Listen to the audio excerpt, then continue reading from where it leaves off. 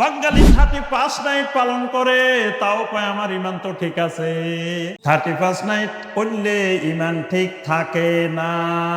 মরুভূমির বালুগুলো গরমে দুপুর বেলায় আগুনের মতো গরম হয়ে আছে, কয়লার মতো গরম হয়ে আছে। ওই বালুগুলোর উপরে বেলাল রাদিয়াল্লাহু তাআলা আনহুকে শোয়াই দেওয়া হলো। শোয়ানোর পরে বুকের উপরে পাথর চাপা দিয়ে রাখা হলো, মাথার উপরে পাথর চাপা দিয়ে রাখা হলো। বেলাল রাদিয়াল্লাহু তাআলা আনহুকে সূর্যের দিকে এইভাবে চাপ দিয়ে ধরে রাখা হলো। বেলাল রাদিয়াল্লাহু তাআলা মনে করলেন, আহারে আমার মৃত্যু মনে হয় এসে গেছে, আজকে মনে হয় আমার জীবনের শেষ দিন। কিছুক্ষণ পরে মনে হয় আমি যে আল্লাহর উপরে ঈমান আনছি সেই আল্লাহর সাথে মোলাকাত করতে চলে যাচ্ছি। বেলাল রাদিয়াল্লাহু তাআলার জবান থেকে শুধু বলতেছেন আহাদ আহাদ আহাদ আহাদ, এই জিকির করতেছেন। নবী সাল্লাল্লাহু আলাইহি ওয়াসাল্লাম পাশ দিয়ে হেঁটে যাচ্ছেন। নবী সাল্লাল্লাহু আলাইহি ওয়াসাল্লাম দেখতে পেলেন বেলালকে ওই মরুভূমির বালুর মধ্যে শোয়াই রেখেছে। বেলালের জানটা আসে আর যায়, আর বেলাল জবান দিয়ে শুধু বলতেছেন আহাদ আহাদ আহাদ। কারণ বেলাল দেখছে আল্লাহ রাব্বুল আলামিন আল্লাহর প্রথম পরিচয়টা দিয়েছেন আহাদ, কুল হুয়াল্লাহু আহাদ। আসসালামু আলাইকুম ওয়া রাহমাতুল্লাহি ওয়া বারাকাতুহু। আলহামদুলিল্লাহি ওয়াহদা ওয়াসসালাতু ওয়াসসালামু আলা মান লা নাবিয়্যা বা'দা ওয়া আলা আলিহি ওয়া সাহবিহি ওয়া মাওয়ালা। তাহলে আজকে আলোচনার বিষয় ঈমানের আলোচনা এবং ঈমান ভঙ্গের কারণ। বিষয়টা অনেক লম্বা আলোচনা, কিন্তু আমরা চেষ্টা করব আমাদের সময়ের মধ্যে ইনশাআল্লাহ একটু একটু করে সংক্ষিপ্তভাবে আলোচনা করার জন্য ইনশাআল্লাহ। তো ক্লাসের কিছু নিয়ম কানুন আগে বলে দিই। প্রথম কথা, ক্লাস যতক্ষণ চলবে আমরা ওজরবিহীন উঠা বসার চেষ্টা করব না ইনশাআল্লাহ। দ্বিতীয় বিষয়, যখন কিছু জিজ্ঞাসা করা হবে তখন একটু কথা বলবেন, হ্যাঁ না কিছু বলবেন, আপনি যেটা বুঝেন ওইটাই বলবেন। তাহলে আমরা বুঝবো যে কথাগুলো ক্লাসটা কিরকম হইতেছে, বুঝতে পারতেছেন কিনা। তো এই বিষয়গুলো লক্ষ্য করে আর একটা বিষয় খেয়াল রাখবো, এইটার নাম হলো জিকিরের মাজলিস। মাজলিস ও জিকির মানে এখানে জবানে জিকির চালু থাকবে। ধরেন কোরআনে কারিমের একটা আয়াত বললাম আমি, আপনি নিজের থেকে বলবেন সুবহানাল্লাহ, আল্লাহু আকবার। কারণ আমার আল্লাহর কালাম, আমার আল্লাহর কথা। মুমিন যত বেশি আল্লাহর কথা শুনে তত মুমিনের মন আনন্দিত হয়ে যায়, আনন্দিত হবে। আর সুবহানাল্লাহ বাহির হবে, আল্লাহু আকবার বাহির হবে, আলহামদুলিল্লাহ বাহির হবে। কিন্তু আমাদের দেশে হয় সুবহানাল্লাহ বাইরে না, আলহামদুলিল্লাহ বাইরে না। বক্তা বলে কি সুবহানাল্লাহ বাড়ির যে কইয়েন, তখন সবাই কয় সুবহানাল্লাহ। বক্তা কয় চিল্লাইয়া কোন আলহামদুলিল্লাহ, কয় আলহামদুলিল্লাহ। এর আগে শ্রোতা সুবহানাল্লাহ কয় না, আলহামদুলিল্লাহ কয়। এটা সুন্নতের খেলা। আমরা সুন্নতের খেলা কোনো কথা বলার চেষ্টা করব না ইনশাআল্লাহ। এজন্য জিকির আপনি নিজে নিজে করবেন, নিজের থেকে জিকির করবেন। আমি অর্ডার করবো না যে সবাই সুবহানাল্লাহ কন, আল্লাহু আকবার কন, এটা বলবো না। এটা আপনি নিজের থেকে বলবেন। কারণ এই কোরআনের আয়াত আমারও আল্লাহ, আপনারও আল্লাহ, সবারই আল্লাহ। যে আল্লাহ রাব্বুল আলামিন আমাদের খালেক মালেক রাব্বুল আলামিন, আমাদের একমাত্র মাবুদ, তার কালাম। তার কালাম শুনলে আপনার কাছে যদি আনন্দ না লাগে, সুবহানাল্লাহ বাহির না হয়, তা আপনি দুনিয়াতে আসাটাই বেথা। এজন্য আমরা আল্লাহর কালাম শুনলে, নবী সাল্লাল্লাহু আলাইহি সাল্লামের হাদিস শুনলে আল্লাহর জিকির করব ইনশাআল্লাহ। আল্লাহ পাক আমাদেরকে এই ক্লাসটা বরকতময় করে দিন। প্রথম কথা, আমরা যারা বসছি আমাদের সবার ঈমান আছে কিনা? ওই যে পিছনের দিকে নাই মনে হয়, কি ঈমান আছে? তো বলেন না যে আপনি ক্লাসের কথাও বলছি, তো বলতে হবে। না থাকলে বলে শাইখ ঈমান নাই, সরাসরি বলে দিবেন ঈমান নাই। থাকলে বলে ঈমান আছে, একটা না একটা বলতে হবে না। ঈমান আছে কিনা আপনাদের সবাই? খালি আছে বললে হবে না, ঈমান আছে বলার শরীয়ী একটা পরিভাষা আছে। বলতে হবে ঈমান আছে ইনশাআল্লাহ। আপনাদের সবার ঈমান আছে, খালি ইনশাআল্লাহ করলে হবে না। দেখবেন বেনামাজিদেরকে আপনি কেমন যে ভাই নামাজ পড়েন না কেন? নামাজ পড়েন, ওই ইনশাআল্লাহ পড়ুন। দোয়া করেন, ইনশাআল্লাহ পড়ুন। তার অর্থ হলো কি, যদি আল্লাহ চায় পড়ব, এখন আল্লাহ চাইতেছে না এই জন্য পড়তেছি না। মানে এখন আল্লাহ চায় না এই জন্য আমি পড়ি না। যদি আল্লাহ চায়, যখন আল্লাহ চাইব তখন করবো, তাহলে দোষটা আল্লাহ, নাউজুবিল্লাহ।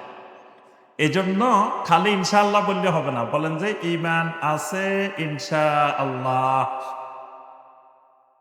সব সময় এটা বলবেন, ঈমান আছে, শুধু ঈমান আছে বলা যায় না, ঈমান আছে বলার সাথে কি বলতে হবে? ঈমান আছে ইনশাআল্লাহ। আল্লাহ রাব্বুল আলামিন আমাদের ঈমানকে আরো বাড়িয়ে দিন। এটা জিজ্ঞাসা করছি এই জন্য যে আজকের আলোচনা হলো ঈমান ভঙ্গের কারণ। তো ঈমান যার নাই তার এই আলোচনার দরকার নেই। ঈমানে নাই তো ভাঙব কি? যে লোক অজু করে নাই তার তো অজু ভঙ্গের কারণ নিয়ে টেনশন নাই, তার অজুয়ে নেই। দেখবেন অনেক মুসল্লি এই শুক্রবারে একবার অজু করে, আগামী শুক্রবার একবার অজু করে, পুরা সপ্তাহ অজু ভাঙে না। এরকম মুসল্লি আছে আপনাদের ভাবনায়? এরকম মুসল্লি এদিকেও আছে।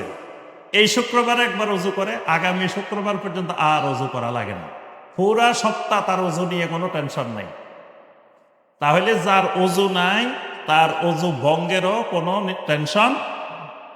যে বিয়ে করে নাই তার তালাকের কোনো মাসালার দরকার নেই, বিয়ে করে নাই, তালাকের আসবে কেন? বিয়ে হইলে না তালাকের মাসালা।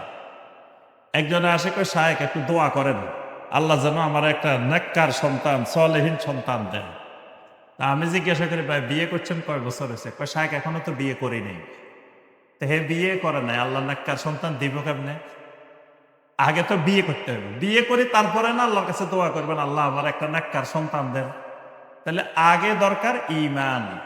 ঈমান যার ভিতরে আছে তার ঈমান ভাঙ্গার সম্ভাবনা আছে। যার ঈমানে নাই তার ভাঙ্গারও কোনো সম্ভাবনা নাই। ঈমানে নাই, ভাঙব কি? তো এই জন্য আমরা যারা এখানে বসছি আমাদের ঈমান আছে। এই কারণে আমাদের জানা দরকার ঈমানটা কেমনে ভাঙ্গে। আচ্ছা, এতক্ষণ পর্যন্ত আমাদের সম্মানিত শায়েখেরা অনেক সুন্দর সুন্দর আলোচনা করেছেন, অনেক গুরুত্বপূর্ণ আলোচনা। এখানে প্রত্যেকটা বিষয় খুবই গুরুত্বপূর্ণ। এই আলোচনাগুলো শোনার পরে আপনাদের ঈমান বাড়ছে না কমছে? কি বাম দিকে বাড়ছে না কমছে? সবাইরে বাড়ে গেছে? আলহামদুলিল্লাহ। তাহলে যেহেতু বেড়ে গেছে বোঝা যাচ্ছে ঈমান আছে। কারণ ঈমান না থাকলে বাড়ারও সম্ভাবনা নাই, কমারও সম্ভাবনা। যেহেতু ঈমান বাড়ছে বোঝা যায় ঈমান আছে। কারণ ঈমানদারের ঈমান বাড়ে, ঈমানদারের ঈমান কমে। সূরা আল আনফাল আয়াত নম্বর 2 আল্লাহ রাব্বুল আলামিন বলেন, ইন্নামাল মুমিনুনাল্লাযীনা ইযা যুকিরাল্লাহু ওয়াজিলাত কুলুবুহুম ওয়া ইযা তুলিয়াত আলাইহিম আয়াতুহু যাদাতহুম ঈমানা। সুবহানাল্লাহ।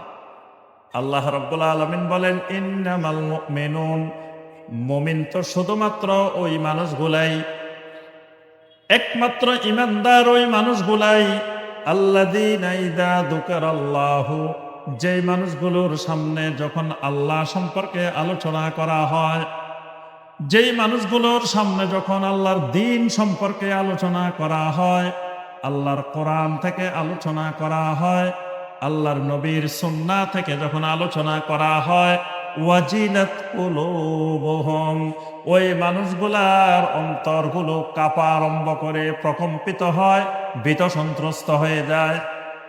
ওয়া ইযা তুলিয়াত আলাইহিম আয়াতুহু যাদাতহুম ঈমানা, ওই মানুষগুলার সামনে যখন আল্লাহ রাব্বুল আলামিনের আয়াত তেলাওয়াত করা হয়, আয়াত উপস্থাপন করা হয়, যাদাতহুম ঈমানা, ওই মানুষগুলোর ঈমানকে আল্লাহর ওই আয়াত ঈমান বাড়াই দেয়। সুবহানাল্লাহ। তাহলে বোঝা যায় কোরআন শুনলে, সুন্নাহ শুনলে ঈমানদারের ঈমান বাড়ি যায়। যদি ঈমান বেড়ে যায় বুঝতে হবে আমার ভিতরে ঈমান আছে।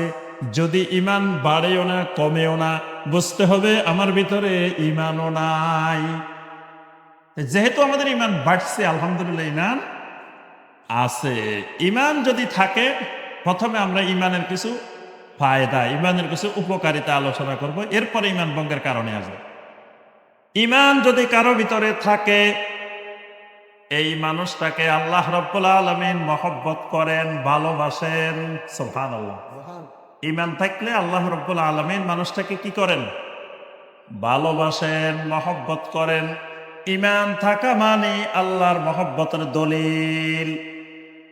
ঈমান ছাড়া আর কোনো কিছু আল্লাহর ভালোবাসার দলিল না। আল্লাহর মহব্বতের ভালোবাসার দলিল হলো ঈমান।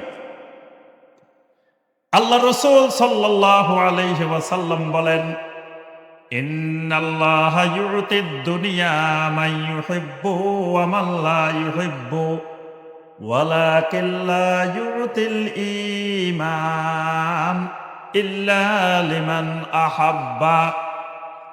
নবী সাল্লাল্লাহু আলাইহি ওয়াসাল্লাম বলেন, ইন্নাল্লাহা ইউতিদ দুনিয়া মান ইউহিব্বু ওয়া মান লা ইউহিব্বু। আল্লাহ রাব্বুল আলামিন যাকে ভালোবাসেন আর যাকে ভালোবাসেন না, দুইজনকে আল্লাহ রাব্বুল আলামিন দুনিয়াদারি দেন। দুনিয়ার টাকা পয়সা আল্লাহ ভালোবাসলেও দেন, ভালো না বাসলেও দেন। টাকা পয়সা, সম্পদ, জায়গা জমিন, আলো বাতাস, পানি, গ্যাস, অক্সিজেন, নাইট্রোজেন, যা যা দরকার এগুলো আল্লাহ ইমানদারেরও দেন, কাফেরেরও দেন, মুশরিকেরও দেন, ইহুদিরেও দেন, নাসারারেও দেন। এগুলা আল্লাহ নাস্তিকেরও দেন, সবাইরে দেন। সম্পদের মালিকানা আল্লাহ রাব্বুল আলামিন কারুনকেও দিয়েছিলেন। কারুনকে আল্লাহ ভালোবাসতেন কিনা? কথা কেনা, কারুনকে আল্লাহ ভালোবাসতেন। কারুনের আল্লাহ সম্পদ দিছে না? বিশাল সম্পদ, আল্লাহু আকবার। আবার আল্লাহ রাব্বুল আলামিন ওয়ালিদ ইবনে মুগীরারেও সম্পদ দিছেন। ওয়ালিদ ইবনে মুগীরা নবী সাল্লাল্লাহু আলাইহি ওয়াসাল্লামের বিরুদ্ধে, ইসলামের বিরুদ্ধে যতগুলো বড় বড় ষড়যন্ত্রকারী ছিল, তার ভিতরে একজন ওয়ালিদ ইবনে মুগীরা। এই লোকটাকে যখন মানুষ জিজ্ঞাসা করতো, ভাই তোমার নাম কি? আনা ওয়াহিদ ইবনে ওয়াহিদ, আমি হইলাম ওয়াহিদের ছেলে ওয়াহিদ। ওয়াহিদ মানে ওয়ান পারসন, মানে আমি পৃথিবীতে একজন, আমার বাপও ছিল পৃথিবীতে একজন। মানে আমাদের মতো দ্বিতীয় সমকক্ষ মানুষ দুনিয়াতে আর নাই। কারণ কি? কারণ হলো মক্কা মুকাররমা থেকে শুরু করে তায়েফ পর্যন্ত 90 কিলোমিটার রাস্তা। তায়েফ গেছেন কে কে? দেখি হাত তোলেন তো। তায়েফ গেছে? এই তো মাশাআল্লাহ, তায়েফ গেছে। ওই যে আরো গেছে, আলহামদুলিল্লাহ, অনেক ভাই তায়েফ গেছেন। মক্কা মুকাররমা থেকে তায়েফ পর্যন্ত 90 কিলোমিটার রাস্তা। এখন তো পাহাড়ের মধ্যে রাস্তা করছে। তো ওই সময় তো এত এত সুন্দর আধুনিক রাস্তাও ছিল না। এই তায়েফের 90 কিলোমিটারের মধ্যে যত জায়গা জমিন, যত খেজুর বাগান, যত আঙ্গুরের বাগান, যত বড় বড় যা কিছু আছে, এর বেশিরভাগ সম্পদের মালিক হলো ওয়ালিদ ইবনে মুগীরা। বিশাল সম্পদের মালিক। আচ্ছা, এই লোকেরা আল্লাহ ভালোবাসেন কিনা? বাসে? ওয়ালিদ ইবনে মুগীরারে বাসে? ওয়ালিদ ইবনে মুগীরা ইসলামের দুশমন, এরে আল্লাহ ভালোবাসে? কিন্তু সম্পদ তো আল্লাহ দিছে, বিশাল সম্পদ দিছে। তাহলে বোঝা যায় আল্লাহ ভালো না বাসলেও সম্পদ দেন। আবার আল্লাহ রাব্বুল আলামিন আবু বকর সিদ্দিক রাদিয়াল্লাহু তাআলা আনহু, উসমান ইবনে আফফান রাদিয়াল্লাহু তাআলা আনহু, আবার আব্দুর রহমান ইবনে আউফ রাদিয়াল্লাহু তাআলা আনহু, ওনাদেরকেও আল্লাহ রাব্বুল আলামিন সম্পদ দিছেন। ওনাদেরকে আল্লাহ ভালোবাসেন কিনা? তাহলে বোঝা যায় সম্পদ, দুনিয়াদারি, এগুলা আল্লাহ ভালোবাসলেও দেন, ভালো না বাসলেও দেন। আচ্ছা, ক্ষমতা, ফেরাউনের আল্লাহ রাব্বুল আলামিন বিশাল রাজত্ব দান করছেন। নমরুদের আল্লাহ রাব্বুল আলামিন বিশাল রাজত্ব দান করছেন। আল্লাহ এদেরকে ভালোবাসেন কিনা?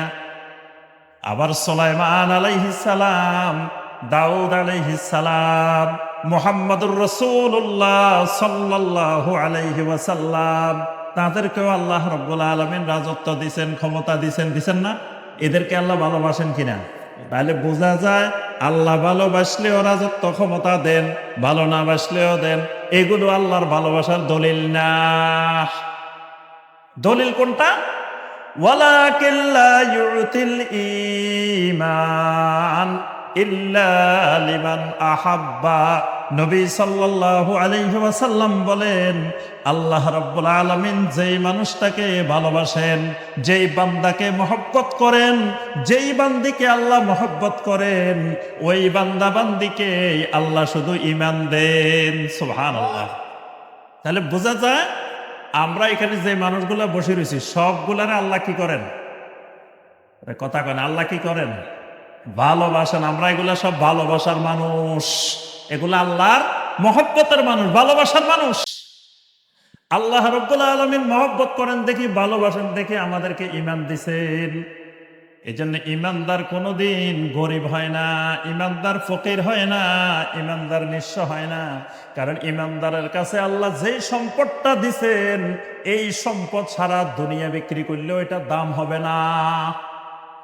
আমাকে আপনাকে যদি কেউ বলেন বাইরে শোনো, তোমার দুনিয়ার মধ্যে যত সম্পদ আছে সব দিয়ে দেব, তুমি তোমার খালি ঈমানটা দিয়ে দাও, কে কে দিবেন? হাত তোলেন তো, কে কে দিবেন? দুনিয়ার সম্পদ দিব সব, তুমি খালি ঈমানটা দিয়ে দিবা। কে দিবেন? তো তাহলে আমার আপনার এই ঈমানের দাম কত দেখেন। দুনিয়া এবং দুনিয়ার মধ্যে যত সম্পদ আছে সমস্ত সম্পদ দিয়ে দিলেও আমি আপনার ঈমান দিব না। তাহলে সারা দুনিয়ার সম্পদের চাইতে আমার আপনার ঈমানের দাম বেশি। সুবহানাল্লাহ। এই জন্য এই ঈমান, এই দামি ঈমান আল্লাহ সবারই দেন না। যারে আল্লাহ ভালোবাসেন, মহব্বত করেন, শুধু তারে দেন। নবী সাল্লাল্লাহু আলাইহি ওয়াসাল্লাম আল্লাহর কাছে দোয়া করেন, আল্লাহ দুই ওমরের এক ওমরের হইলেও আল্লাহ তুমি ঈমানটা দিয়ে দাও। আল্লাহ রাব্বুল আলামিন ওমর ইবনে খাত্তাব রাদিয়াল্লাহু তাআলা আনহুকে ঈমানের জন্য কবুল করছেন, আরেক ওমরের আল্লাহ ঈমানের জন্য কবুল করেন নাই। এজন্য ঈমান আল্লাহ সবারই দেন না, যারে আল্লাহ শুধু ভালোবাসেন, মহব্বত করেন, তাকেই শুধু ঈমানটা দেন। সুবহানাল্লাহ। তাহলে এক নম্বরে ঈমান মহব্বতের দলিল, আল্লাহর ভালোবাসার দলিল। দুই নম্বরে আল্লাহ রাব্বুল আলামিন যাকে ঈমান দেন, ওই মানুষগুলাকে আল্লাহ রাব্বুল আলামিন ওয়ালি বানাইলেন, বন্ধু বানাইলেন। সুবহানাল্লাহ। আমরা আল্লাহর কি হই? বন্ধু। বলেন আল্লাহর কি হই? আচ্ছা, আল্লাহর ওলি কে কে আছেন দেখে হাত তোলেন। এই তো মাশাআল্লাহ, আলহামদুলিল্লাহ। দুনিয়ার অন্য জায়গায় গেলে কেউ হাত তোলে না, ভয়ে কয় না না না আমরা তো আল্লাহর ওলি না। আলহামদুলিল্লাহ, এখানে যতজন আছে সবাই আল্লাহর ওলি। সবাই কি? আল্লাহ রাব্বুল আলামিন কোরআনে কারিমে সূরা আল বাকারার 257 নম্বর আয়াতে কারিমে আল্লাহ পাক ঘোষণা করেন, আল্লাহু ওয়ালিয়্যুল্লাযীনা আমানু ইউখরিজুহুম মিনাজ যুলুমাতি ইলান নূর। আল্লাহ রাব্বুল আলামিন বলেন, জমিনে যত ঈমানওয়ালা মানুষ আছে সবগুলা ঈমানওয়ালা মানুষ আমি আল্লাহর বন্ধু। সুবহানাল্লাহ। আল্লাহ রাব্বুল আলামিন ঈমান যারে দেন তারে আল্লাহ বন্ধু বানান। আল্লাহ আমাদেরকে বন্ধু বানাইছেন, আমরাও আল্লাহরে বন্ধু বানাই। আমার আপনার বন্ধুকে, এক নম্বর বন্ধুকে, ইন্নামা ওয়ালিয়্যুকুমুল্লাহু ওয়া রাসূলুহু ওয়াল্লাযীনা আমানুল্লাযীনা ইউকিমুনাস সালাতা ওয়া ইউতুনাজ যাকাতা ওয়া হুম রাকিউন। আল্লাহ রাব্বুল আলামিন বলেন, ইন্নামা ওয়ালিয়্যুকুমুল্লাহ, ও ঈমানদারেরা, তোমাদের এক নম্বর ওয়ালি, তোমাদের এক নম্বর বন্ধু হলো আল্লাহ রাব্বুল আলামিন। সুবহানাল্লাহ। আল্লাহর পরে যিনি আমাদের বন্ধু তিনি হলো ওয়া রাসূলুহু, আল্লাহর রাসূল সাল্লাল্লাহু আলাইহি ওয়াসাল্লাম, ওয়াল্লাযীনা আমানু, এরপরে জমিনে যত ঈমানদার আছে সব আমাদের বন্ধু। সুবহানাল্লাহ। আল্লাহ রাব্বুল আলামিন বলেন, ওয়া মান ইয়াতাওয়াল্লাল্লাহা ওয়া রাসূলাহু ওয়াল্লাযীনা আমানু, যারা আল্লাহরে বন্ধু বানায়, আল্লাহ রাসূলকে বন্ধু বানায়, ঈমানদারদেরকে বন্ধু বানায়, এরা হলো ফা ইন্না হিজবাল্লাহি হুমুল গালিবুন, এরা হলো সব আমি আল্লাহর দল। সুবহানাল্লাহ। হুমুল গালিবুন, এই মানুষগুলা দুনিয়ার মধ্যেও বিজয়ী, আখিরাতেও বিজয়ী। সুবহানাল্লাহ। তাহলে দুই নম্বরে ঈমানের ফায়দা হলো ঈমান থাকলে আল্লাহ কি বানান? বন্ধু বানান। 3 নম্বরে আল্লাহ রাব্বুল আলামিন যাকে ঈমান দিবেন, এই ঈমানওয়ালা মানুষটারে আল্লাহ রাব্বুল আলামিন এক জান্নাত দিয়ে দিবেন। সুবহানাল্লাহ।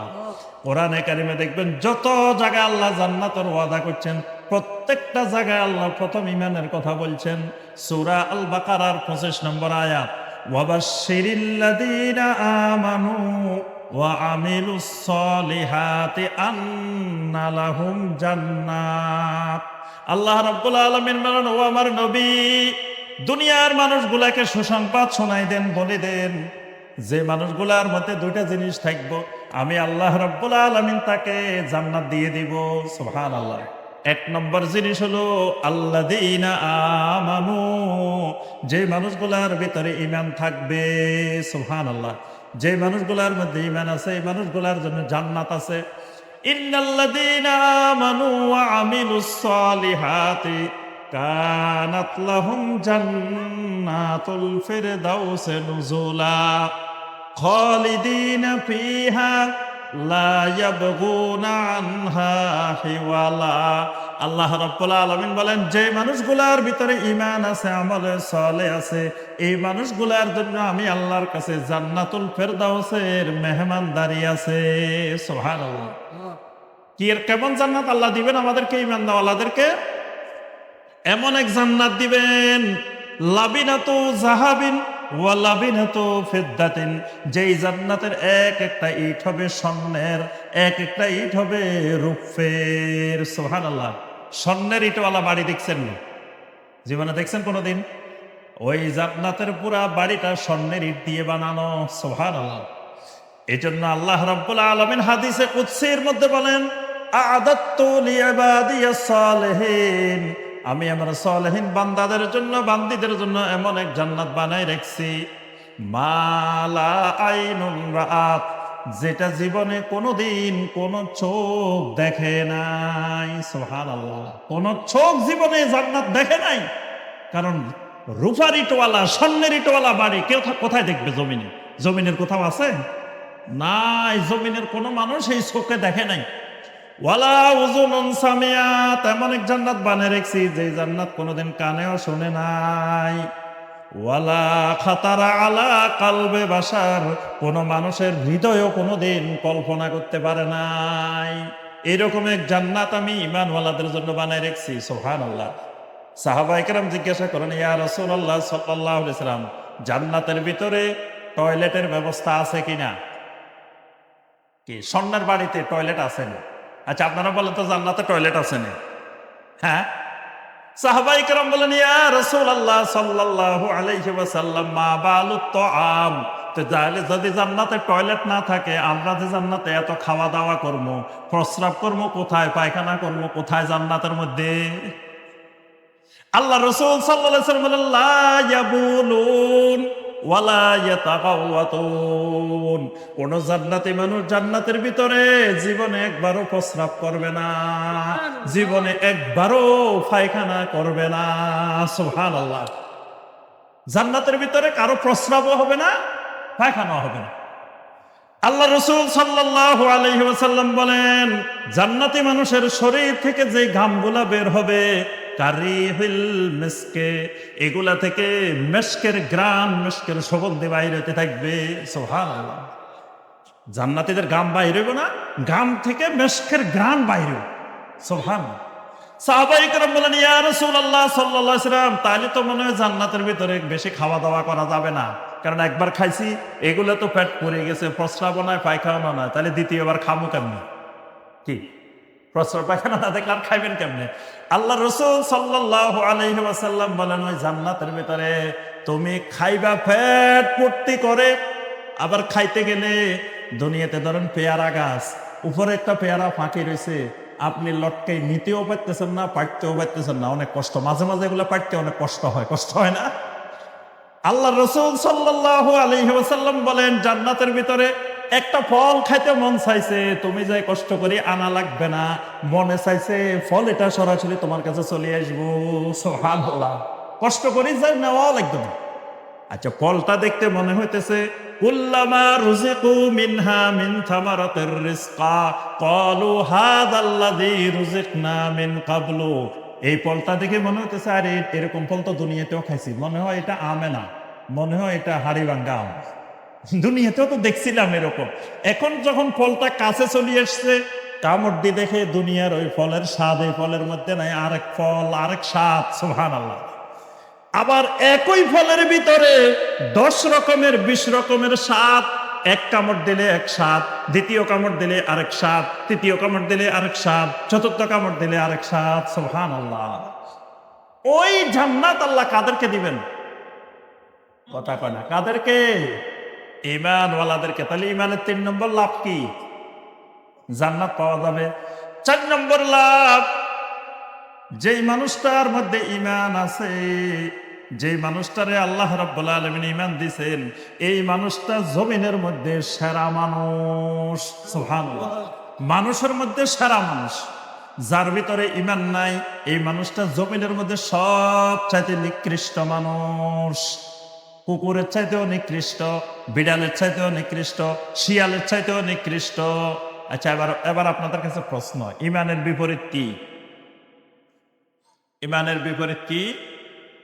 হ্যাঁ, বেঈমান। কি আর কোন উত্তর আছে?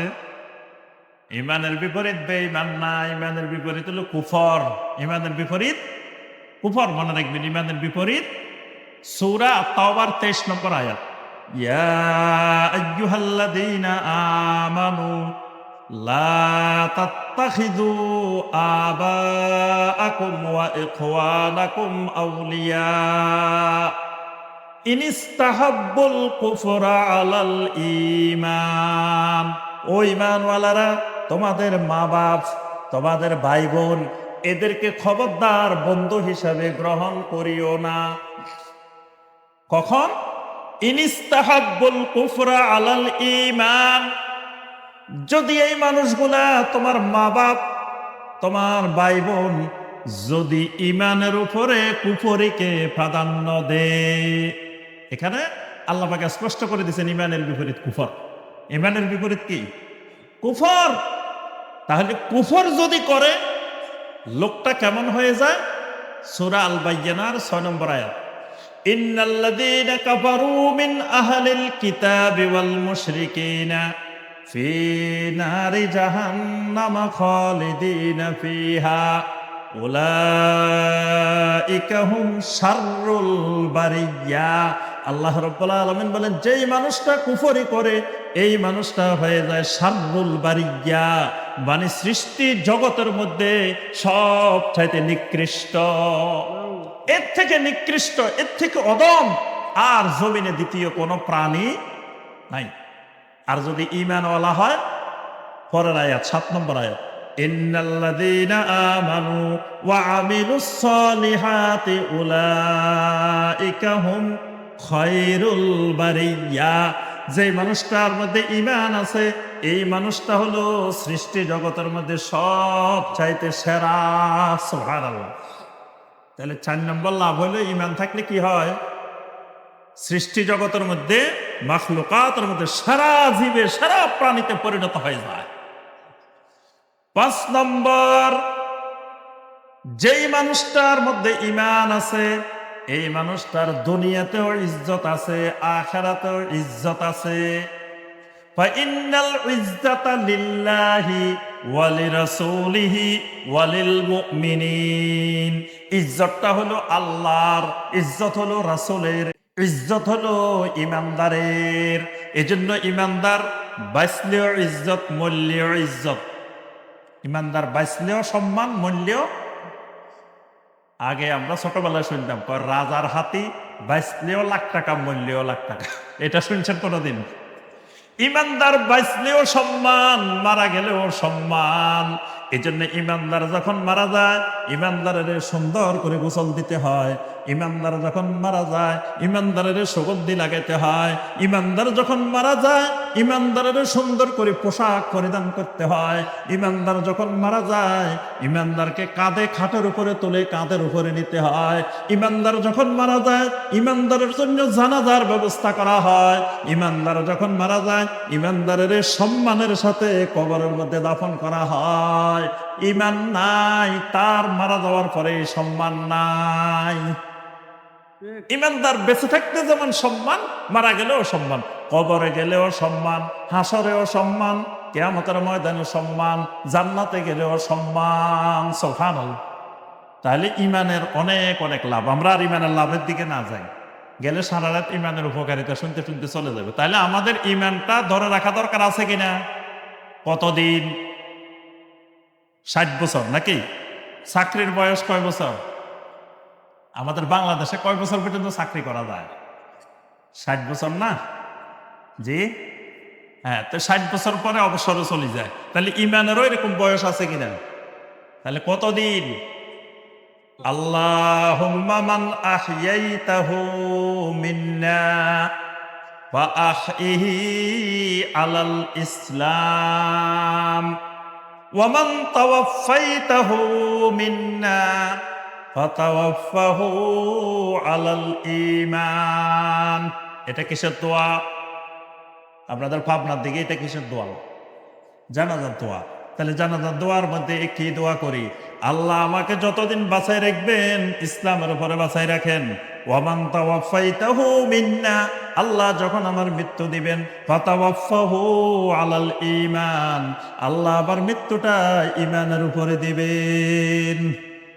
ঈমানের মৃত্যু, এটাই হলো জীবনের ছাওয়া পাওয়া। কি? ঈমানে মৃত্যু হবে আর দুনিয়াটা আপনার সফল। তাহলে আমাদের সকলের চাওয়া পাওয়া কি? কথা কয় না। ঈমানে মৃত্যু। বেলাল রাদিয়াল্লাহু তাআলা আনহুকে তার মনিব সহ মক্কার দুষ্ট মানুষগুলো প্রথমে ধরে নিয়ে গেল। ধরে নিয়ে যাওয়ার পরে বেদড়ক পিটানো হলো। পিটানোর পরে বেলাল রাদিয়াল্লাহু তাআলা আনহুকে মরুভূমির উত্তপ্ত বালুর মধ্যে নিয়ে যাওয়া হলো। মরুভূমির বালুগুলো গরমে দুপুর বেলায় আগুনের মতো গরম হয়ে আছে, কয়লার মতো গরম হয়ে আছে। ওই বালুগুলোর উপরে বেলাল রাদিয়াল্লাহু তাআলা আনহুকে শোয়াই দেওয়া হলো। শোয়ানোর পরে বুকের উপরে পাথর চাপা দিয়ে রাখা হইল, মাথার উপরে পাথর চাপা দিয়ে রাখা হইল। বেলাল রাদিয়াল্লাহু তাআলা আনহুকে সূর্যের দিকে এইভাবে চাপ দিয়ে ধরে রাখা হইল। বেলাল রাদিয়াল্লাহু তাআলা মনে করলেন, আহারে আমার মৃত্যু মনে হয় এসে গেছে, আজকে মনে হয় আমার জীবনের শেষ দিন। কিছুক্ষণ পরে মনে হয় আমি যে আল্লাহর উপরে ঈমান আনছি সেই আল্লাহর সাথে মোলাকাত করতে চলে যাচ্ছি। বেলাল রাদিয়াল্লাহু তাআলার জবান থেকে শুধু বলতেছেন আহাদ আহাদ আহাদ আহাদ, এই জিকির করতেছেন। নবী সাল্লাল্লাহু আলাইহি ওয়াসাল্লাম পাশ দিয়ে হেঁটে যাচ্ছেন। নবী সাল্লাল্লাহু আলাইহি ওয়াসাল্লাম দেখতে পেলেন বেলালকে ওই মরুভূমির বালুর মধ্যে শোয়াই রেখেছে। বেলালের জানটা আসে আর যায়, আর বেলাল জবান দিয়ে শুধু বলতেছেন আহাদ আহাদ আহাদ। কারণ বেলাল দেখছে আল্লাহ রাব্বুল আলামিন আল্লাহর প্রথম পরিচয়টা দিয়েছেন আহাদ। কুল হুয়াল্লাহু আহাদ। আল্লাহ বলেন আমি আল্লাহর প্রথম পরিচয়, আমি হলাম আহাদ। বেলাল রাদিয়াল্লাহু তাআলা আনহু আহাদ আহাদ জিকির করতেছেন। নবী সাল্লাল্লাহু আলাইহি ওয়াসাল্লাম বললেন, ও বেলাল ইসবির ইয়া বেলাল, বেলাল রে তুমি ধৈর্য ধরো। তুমি যে আহাদের জিকির করতেছ, ফাইন্না আহাদান ইউনজিকা, অচিরেই তোমার সেই আহাদ তোমাকে মুক্তি দিবেন। সুবহানাল্লাহ। তাহলে বেলাল রাদিয়াল্লাহু তাআলা আনহু যখন দেখছেন তার মৃত্যু নিশ্চিত, বেলাল রাদিয়াল্লাহু তাআলা আনহু তখন শুধু ঈমানের জিকির করতেছেন, ঈমানের কথা বলতেছেন। কারণ মান কানা আখিরু কালামিহি লা ইলাহা ইল্লাল্লাহ দাখালাল জান্নাহ, যার শেষ কালাম হবে লা ইলাহা ইল্লাল্লাহ, আল্লাহর তাওহীদ ঈমান, সেই জান্নাতে চলে যাবে। সুবহানাল্লাহ। তাহলে ঈমানটা কোন পর্যন্ত থাকা লাগবে? মৃত্যু পর্যন্ত। আচ্ছা, ঈমানটা দুনিয়াতে রাখি চলে যাওয়া যাবে না সাথে নিয়ে যাইতে হইব? রাখি গেলেন দুনিয়াতে থাক, রাখা যাবে না। ঈমান এটা সাথে নিয়ে যাওয়া লাগবে। কারণ এই ঈমান কবরে লাগবে, এই ঈমান হাসরে লাগবে, এই ঈমান মিজানে লাগবে, এই ঈমান হিসাবে লাগবে, এই ঈমান ফুলসিরাতে লাগবে, এই ঈমান হাউজে কাউসারে লাগবে। এই ঈমান দিয়ে ফুলসিরাত পার হইতে হবে, এই ঈমান দিয়ে জান্নাতের তালা খোলা লাগবে। এখন ভুলে যদি ঈমানটা রাখে চলে যান, তাহলে পরে ঈমান পাইবেন তো। এই জন্য ঈমান এটা কিন্তু সাথে করে নিয়ে যাওয়া লাগবে। এই কারণে খেয়াল রাখতে হবে আমার ঈমানটা যাতে ঠিক মতো থাকে। দুনিয়াতে কিছু পাই আর না পাই, টাকা পয়সা কি পাইলাম না পাইলাম, খাইলেও দিন চলে যাইব, না খাইলেও আমার দিন চলে যাইব। যে মানুষ রেল লাইনের পাশে শুয়ে আছে কনকনে শীতের মধ্যে, এই মানুষেরও জীবনটা চলে যাইতেছে। যে মানুষ বিলাসিতার মধ্যে আরামে এসে শুয়ে আছে, তারও জীবন চলে যাইতেছে।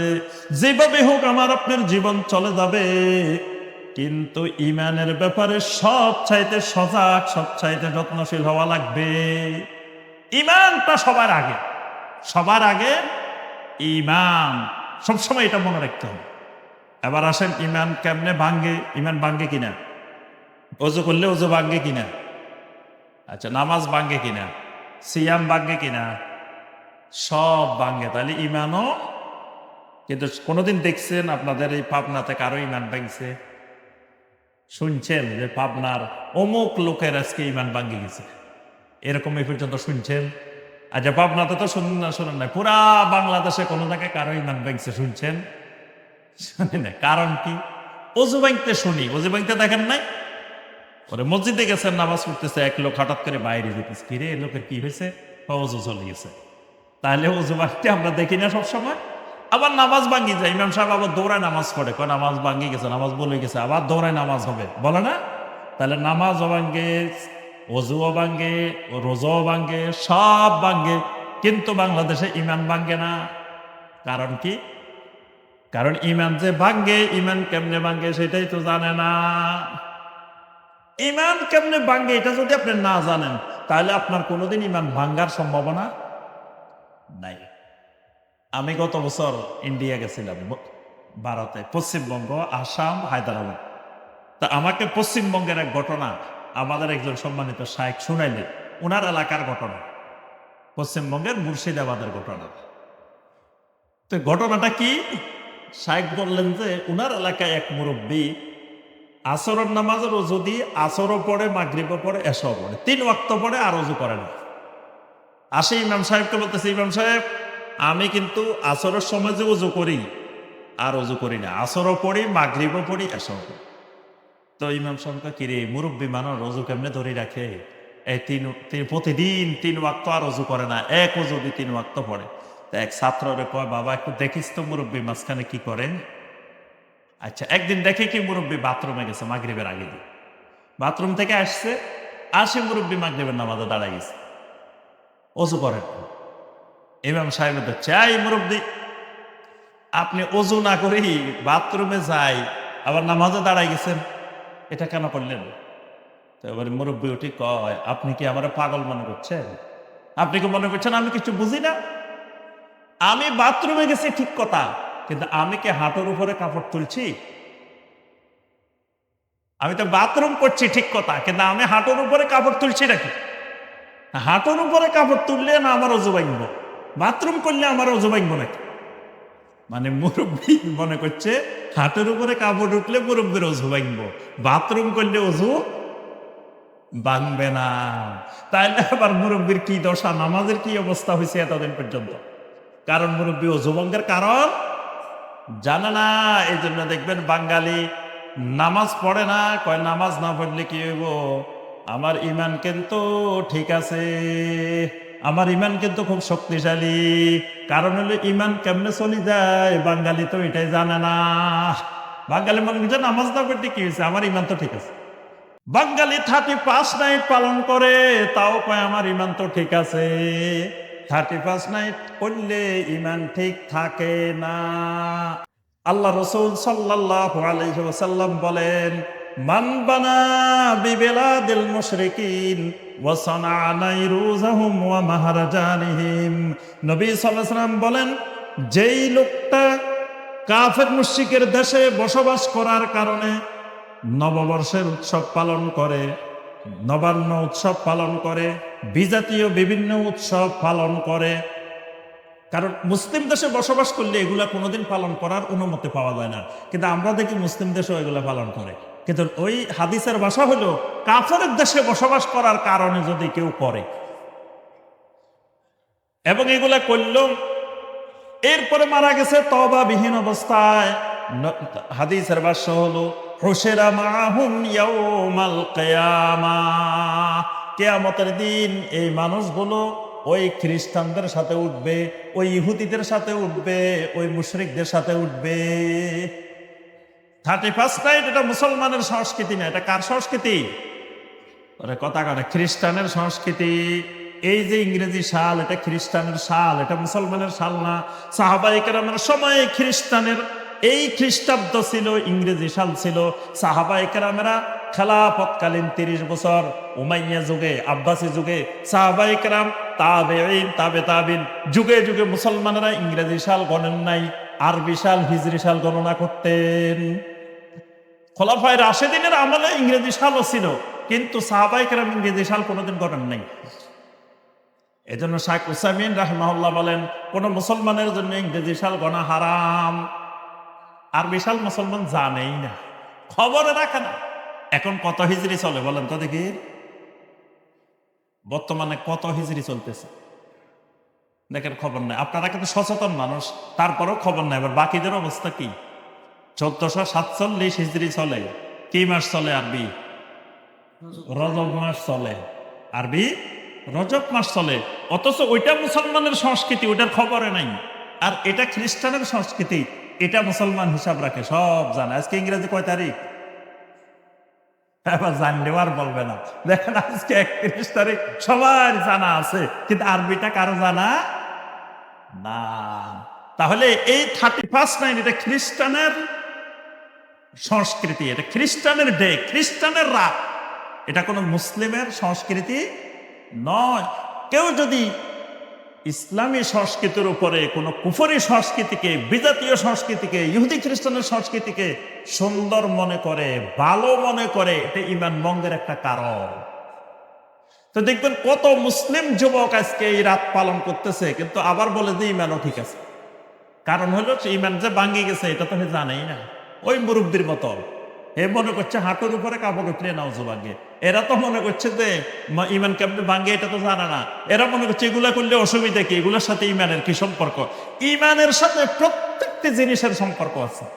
জমিনে এমন কোনো কাজ নাই যেটার সাথে ঈমানের সম্পর্ক নেই। দেখুন আপনি বাথরুমে যাবেন, এখানেও ঈমানের সম্পর্ক আছে, আছে না? একজন মুসলিম বাথরুমে যাবো আর একজন কাফের মুশরিক বাথরুমে যাবো, আকাশ পাতাল তফাৎ আছে। একজন মুসলিম বাথরুমে যেতে হলে প্রথম তাকে আল্লাহর জিকির করতে হয়, তারপরে ডান পা দিয়ে ঢুকবে না বাম পা দিয়ে ঢুকবে এটা তাকে ঠিক করতে হয়, তারপরে কোন দিকে ফিরে বসবে, কোন দিকে ফিরে বসবে না এটা তাকে ঠিক করতে হয়, দাঁড়ায় দাঁড়ায় করবে না বসে বসে করবে এটা তাকে ঠিক করতে হয়, এরপরে ডান হাত দিয়ে পরিষ্কার করবে না বাম হাত দিয়ে পরিষ্কার করবে এটা তাকে ঠিক করতে হয়, বের হওয়ার সময় কোন পা আগে দিয়ে বের হবে এটা তাকে ঠিক করতে হয়, বের হওয়ার পরে তাকে জিকির করতে হয়। এক বাথরুমের সাথে কতগুলো হুকুম আহকাম, সুবহানাল্লাহ। তাহলে ইমানদার ঈমান ছাড়া, ইসলাম ছাড়া বাথরুমও তো যাইতে পারবে না।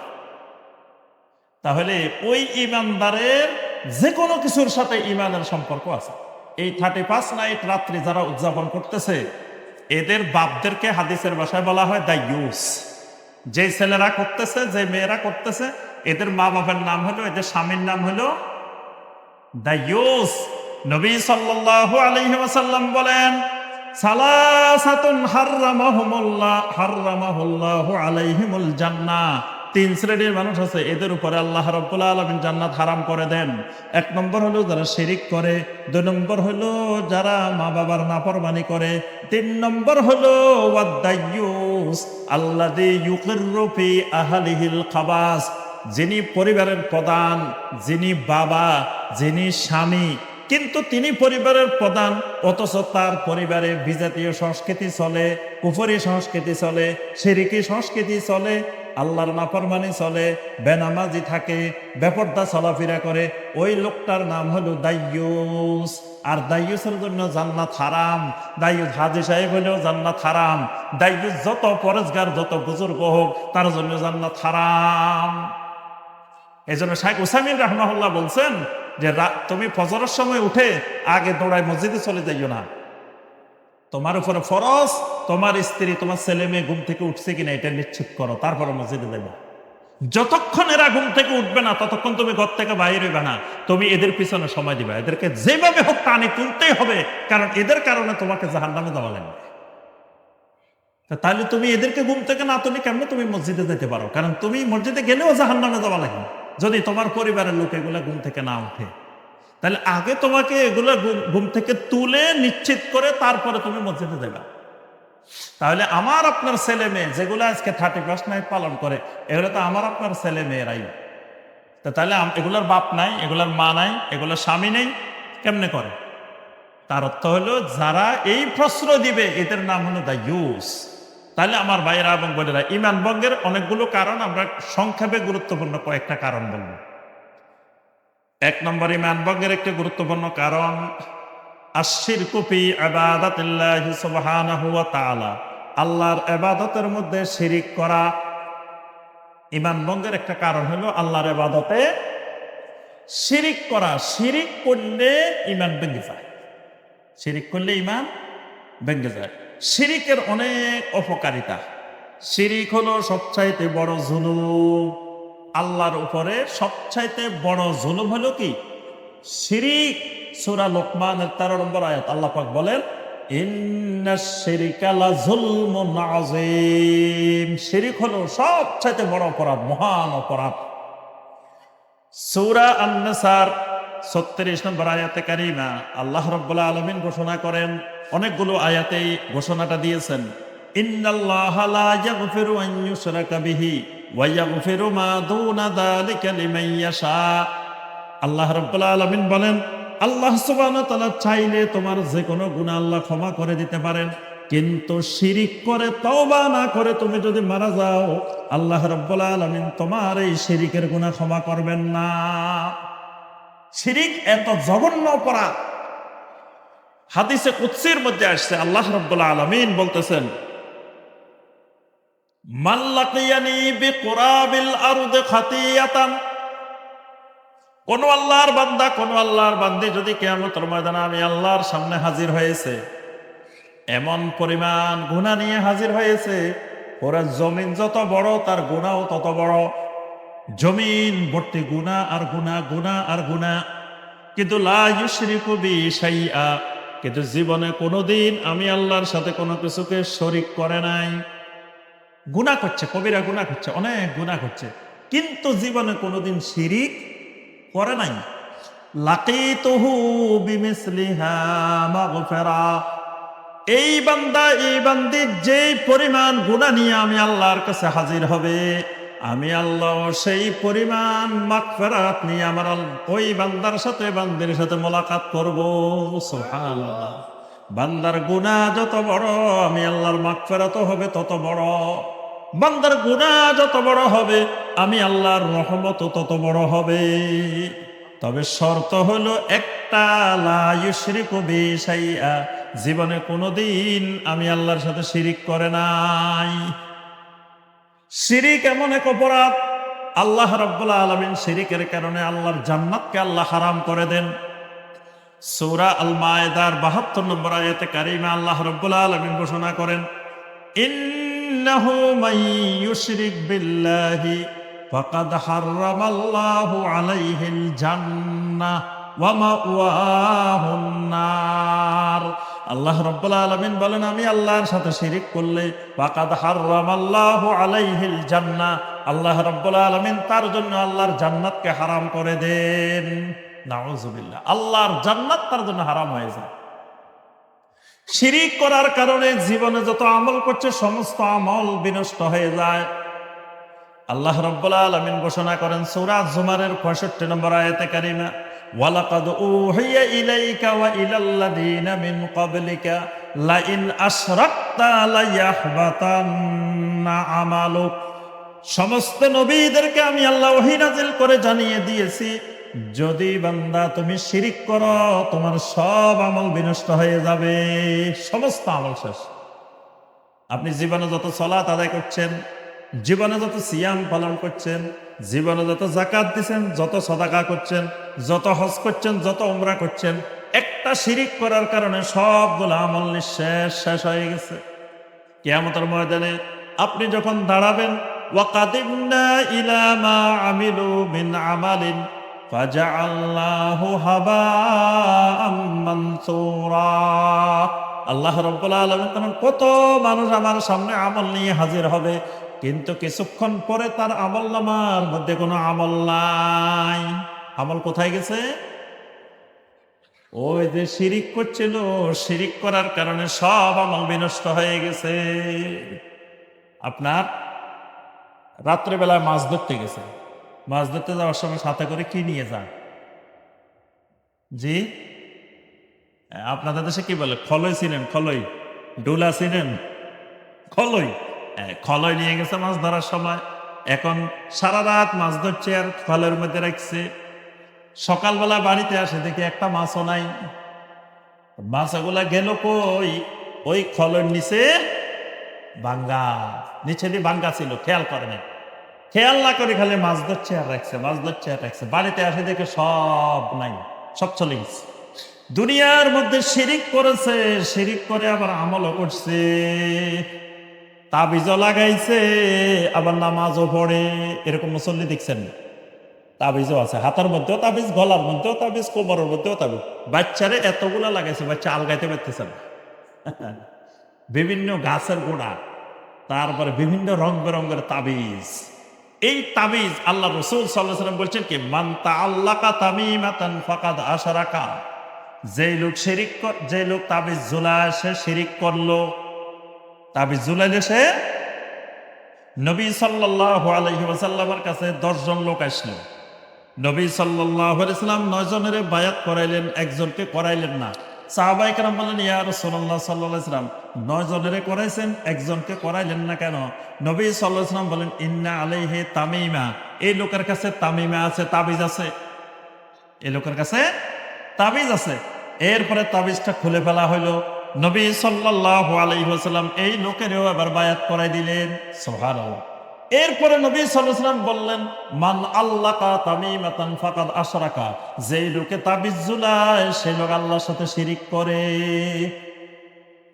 কেউ কেউ কয় কোরআন দিয়ে তাবিজ দিমু, কোরআন দিয়ে দিলেও এটা শিরিক, কারণ কোরআনকে আল্লাহ রাব্বুল আলামিন এই কাজের জন্য নাজিল করেন নাই। যদি কোরআন তাবিজের জন্য নাজিল হইতো তো নবী সাল্লাল্লাহু আলাইহি ওয়াসাল্লাম বসে বসে সবাইরে তাবিজ দিতেন। আল্লাহ রাসূল বসে বসে তাবিজ লিখতেন। আল্লাহ রাসূল কোনোদিন তাবিজ লিখছে? শুনছেন কোনোদিন যে আল্লাহ রাসূল কারোর একটা তাবিজ লিখছে? তাহলে বোঝা যায় কোরআনে কারিম এই কারণে নাজিল হয় নাই, এই উদ্দেশ্যে নাজিল হয় নাই। কত মানুষ দেখবেন আল্লাহর কাছেও চায়, আবার বান্দার কাছেও চায়। দেখবেন কবরের কাছে গিয়ে, মাজারের কাছে গিয়ে, বিভিন্ন মৃত ব্যক্তির কাছে গিয়ে বলতেছে, বাবারে আমি বিপদে কষ্ট করতেছি, আমার বিপদ দূর করে দেন। আমার চাকরি হইতেছে না, আমার চাকরির ব্যবস্থা করে দেন। আমার সামনে পরীক্ষাটা ভালো করে দেন।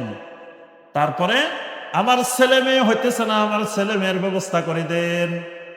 এগুলা কি? শিরিক। আল্লাহ ছাড়া কারো কাছে এগুলা চাওয়া যাবে না, কারণ এগুলা আল্লাহ ছাড়া কেউ দিতে পারে না। ওয়া ইয়ামসাসকাল্লাহু বিদুররিন ফালা কাশিফা লাহু ইল্লা হু ওয়া ইয়ুরিদকা বিখাইরিন ফালা রাদ্দা লিফাদলিহি।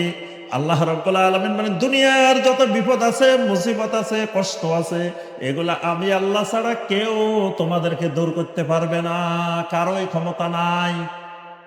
আর আমি আল্লাহ যদি কাউকে কোনো কল্যাণ দিতে চাই, দুনিয়ার এমন কোনো শক্তি নাই সবাই মিলে আমার ওই কল্যাণ ঠেকায় রাখবে, এরকম কোনো শক্তি জমিনে নাই। তাহলে সব দেওয়ার মালিকও একমাত্র আল্লাহ, না দেওয়ার মালিকও একমাত্র আল্লাহ। ছেলে মেয়ে দেওয়ার মালিক কে? একমাত্র আল্লাহ।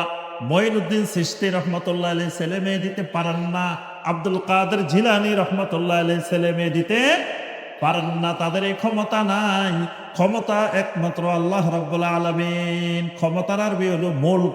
এই কারণে কোরআনে কারীমের মধ্যে একটা সূরা আছে, সূরা আল মুলক। তাবারাকাল্লাযী বিয়াদিহিল মুলক ওয়া হুয়া আলা কুল্লি শাইইন কাদির। কোরআনে কারীমের 114টা সূরার মধ্যে অত্যন্ত ফজিলতময় একটা সূরা। নবী সাল্লাল্লাহু আলাইহি ওয়াসাল্লাম প্রতি রাত্রে ঘুমানোর আগে সূরা আল মুলক তেলাওয়াত না করে ঘুমাইতেন না। কেন? কারণ সমস্ত কিছুর মালিকানা যে একমাত্র আল্লাহর, এটা যেন নহদর্পণে থাকে প্রত্যেক ইমানদারের, সেই জন্য অন্য কাউকে মালিক না মনে করে বসে থাকে। তাহলে আমার ভাইয়েরা এবং বোনেরা, তাহলে আল্লাহ ছাড়া কারো কাছে দোয়া করলে ইমান ভেঙে যায়।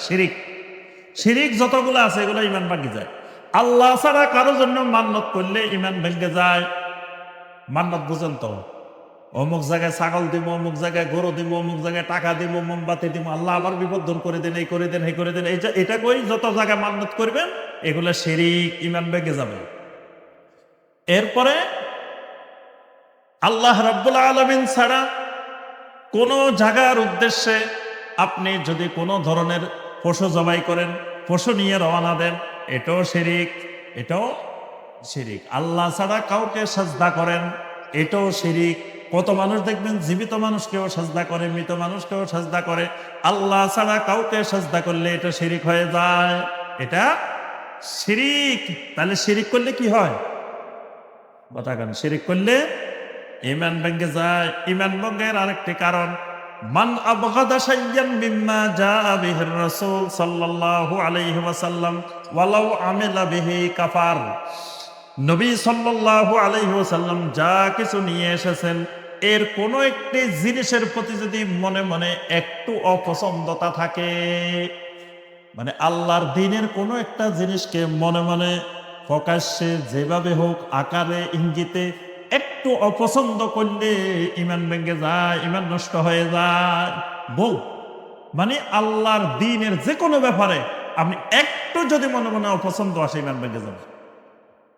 যদি আপনার দাড়ির প্রতি একটু অপছন্দ আসে, যে দাড়ি দেখতে পারেন না, দাড়িওয়ালা মানুষ দেখতে পারেন না, আপনার ঈমান ভেঙে গেছে। কারণ দাড়ি ইসলামের একটা গুরুত্বপূর্ণ বিধান।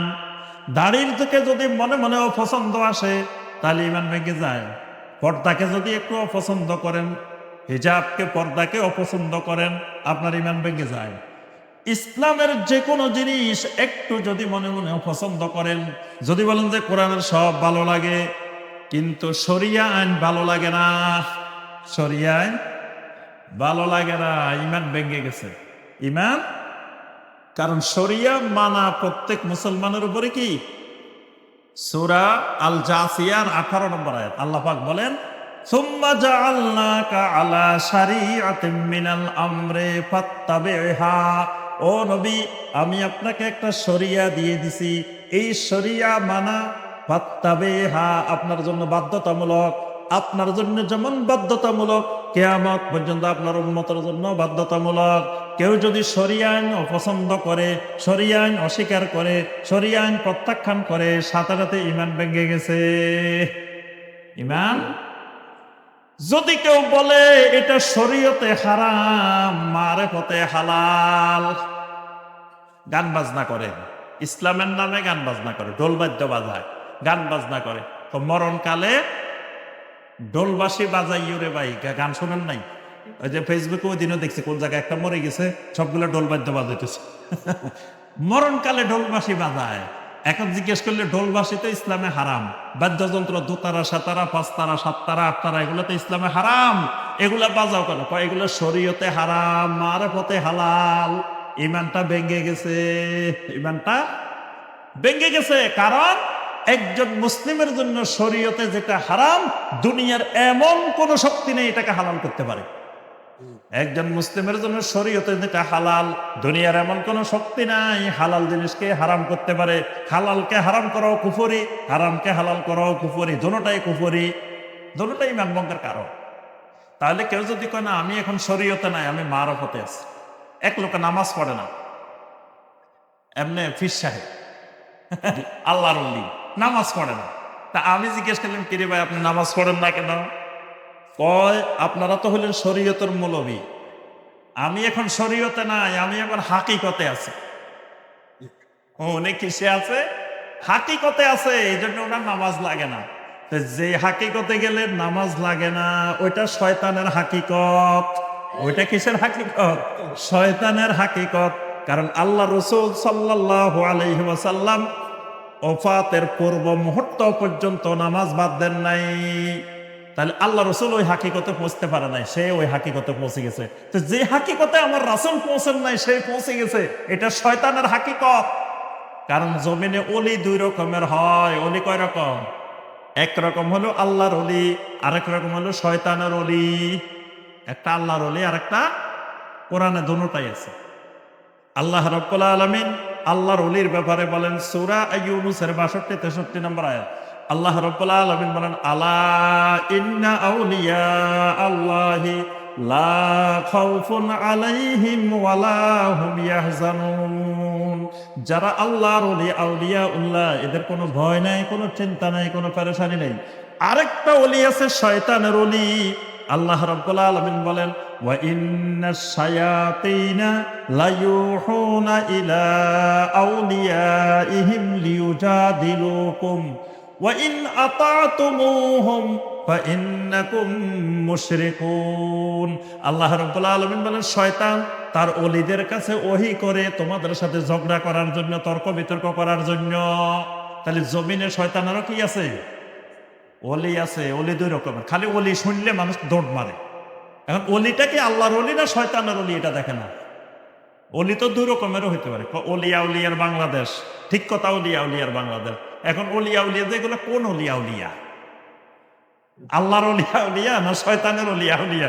দুটারই তো বাংলাদেশ, দুটাই আছে, আছে না?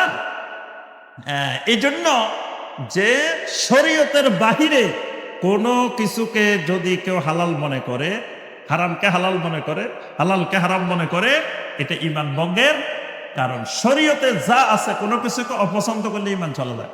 যদি কেউ বাইরের শরীয়তের সব ভালো লাগে, কিন্তু শরীয়তের মধ্যে, কোরআনের মধ্যে একটা বিধান আছে, ওয়াস-সারিকু ওয়াস-সারিকাতু ফাকতাউ আইদিয়াহুমা জাযাআম বিমা কাসাবা।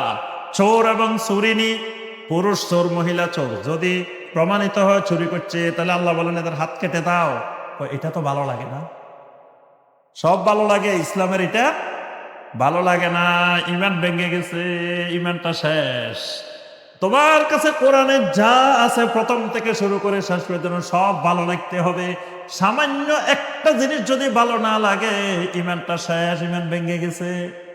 এ কারণে আল্লাহ পাক বলেন ওয়ামা কানা লিমুমিনিন ওয়ালা মুমিনাতিন ইযা কাদাল্লাহু ওয়া রাসূলুহু আমরান আইয়াকুনা লাহুমুল খিয়ারাতু মিন আমরিহিম। আল্লাহ এবং আল্লাহ রাসূল কোনো ফয়সালা দিলে এরপরে কোনো ইমানদার পুরুষ, কোনো ইমানদার নারীর জন্য এটা অনুমোদিত নয়। সে এটা মানবে কি মানবে না, এই এখতিয়ার আল্লাহ কাউকে দেন নাই। যদি কেউ এই এখতিয়ার গ্রহণ করে, তার ঈমান ভেঙে গেছে। এটাই ঈমান ভঙ্গের একটা কারণ। ঈমান ভঙ্গের একটা কারণ জাদু আর-সিহর। জাদু করলে কি হয়? ঈমান ভেঙে যায়। কুফরি জাদু করলে ঈমান ভেঙে যায়। তো বাংলাদেশে জাদু আছে না? জাদু যে করে, যাকে দিয়ে করায়, যারা জাদুর কাজে সহযোগিতা করে, সবগুলার ঈমান ভেঙে যায়। সবগুলা কাফের হয়ে গেছে, সবগুলার ঈমান চলে গেছে। অথচ বাংলাদেশে জাদু আছে, আছে না? তাহলে যত মানুষ জাদুর সাথে জড়িত আছে, সবগুলা মানুষের কি হয়েছে? ঈমান ভেঙে গেছে। ঈমান ভঙ্গের আরেকটি কারণ, মান ইস্তাহজা বিশাইয়্যিন মিন দীনির রাসূল সাল্লাল্লাহু আলাইহি ওয়াসাল্লাম। আল্লাহ রাসূল সাল্লাল্লাহু আলাইহি ওয়াসাল্লাম যেই দ্বীন নিয়ে আসছেন, এই দ্বীনের কোনো একটা জিনিস নিয়ে ঠাট্টা বিদ্রূপ করা, হাসি তামাশা করা, ব্যঙ্গ বিদ্রূপ করা ঈমান ভঙ্গের কারণ। নবী সাল্লাল্লাহু আলাইহি ওয়াসাল্লামের দ্বীনের মধ্যে যা কিছু আছে, এই দ্বীনের, ইসলামের একটা জিনিস দিয়ে যদি আপনি একটু ঠাট্টা করেন, হাসি তামাশা করেন, তাহলে ঈমানটা শেষ। আল্লাহ পাক কোরআনে কারিমে সূরা তাওবার 65-66 নম্বর আয়াতে বলছেন, কুল আবিল্লাহি ওয়া আয়াতিহি ওয়া রাসূলিহি কুনতুম তাস্তাহজিউন লা তা'তাযিরু কাদ কাফারতুম বাদা ঈমানিকুম।